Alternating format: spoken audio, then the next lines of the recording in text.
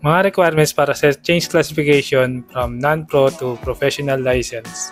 Dapat at least 18 years old ka.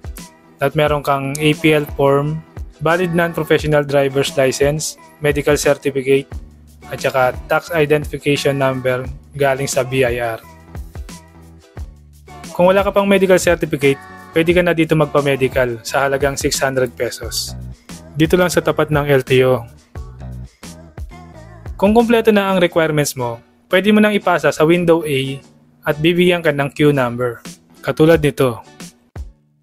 At pagkatapos, ibigay sa cashier ang iyong mga requirements at antayin tawagin na yung pangalan para magbayad ng 100 pesos para sa application fee. Antayin ulit tawagin ang iyong pangalan para sa fingerprint at picture taking. Pagkatapos ay tatawagin ulit para sa examination. Nasa second floor ang examination room. Pagkatapos kumuha ng exam at pumasa ka, pupunta ka ulit sa cashier para magbayad ng 325 pesos para sa replacement ng card at change ng classification.